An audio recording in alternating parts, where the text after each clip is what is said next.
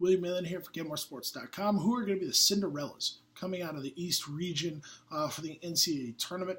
And I've got three teams in particular. Now, two of these guys are going to be smaller schools that truly fit the Cinderella mold. One of them, definitely not a smaller school. So I'll start with that one. USC.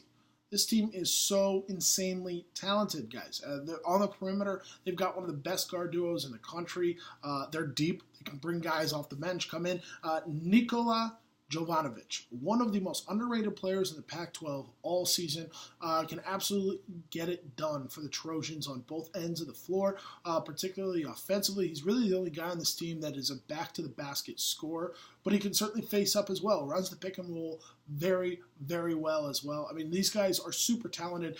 They've got the firepower to make a run. They've got the explosiveness to make a run. And they've got a coach on the sideline who, when he was at Florida Gulf Coast, certainly made a run of his own.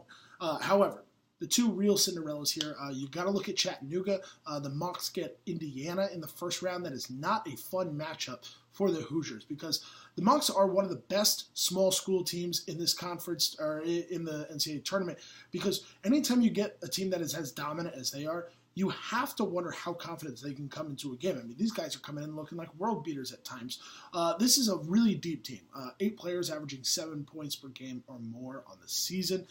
You go down the bracket, you look at Stephen F. Austin. They're on a 20-game win streak, undefeated in conference play. A team that has been here before, has made noise, or at least made teams sweat.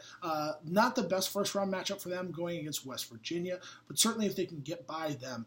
This is a bracket where a Cinderella can make a run because it's one of the weaker brackets in the tournament. In fact, I have it as my weakest bracket in the NCAA tournament. So if anybody's going to make a run, it would be those three. In particular, those two Cinderellas could really make some noise.